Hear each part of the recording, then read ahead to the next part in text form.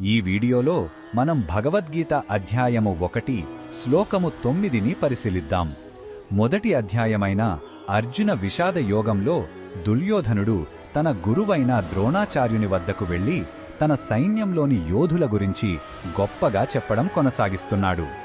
మొదటగా ఈ పవిత్ర శ్లోకాన్ని భక్తితో విందాం. అన్యేచ బహవః శూరా మదర్థే త్యక్తజీవితాః నానాశ్రత్ర ప్రహరణాః సర్వే యుద్ధ విశారదాః. సే విత్ జెంటిల్ టీచింగ్ టోన్. ఈ శ్లోకం అర్థమేమిటంటే, దుర్యోధనుడు తన గురువుతో, వీరే కాక నా కోసం ప్రాణాలు అర్పించడానికి సిద్ధపడిన వీరులు ఎందరో ఉన్నారు. వారంతా వివిధ ఆయుధ ప్రయోగంలోనూ యుద్ధ విద్యలోనూ ఆరితేరినవారు అని చెబుతున్నాడు. ఇది అతని సైనిక బలంపై ఉన్న గర్వాన్ని సూచిస్తుంది. కృష్ణ భగవానుడు ఈ విషయంలో మనకు ఏమి చెప్పుతున్నాడు అంటే, ఈ శ్లోకం దుర్యోధనుడి భౌతిక దృక్పథాన్ని చూపుతుంది. అతను సంఖ్యాబలం, ఆయుధాల మీదనే ఆధారపడ్డాడు. కాని నిజమైన బలం ధర్మంలోనే ఉంటుంది.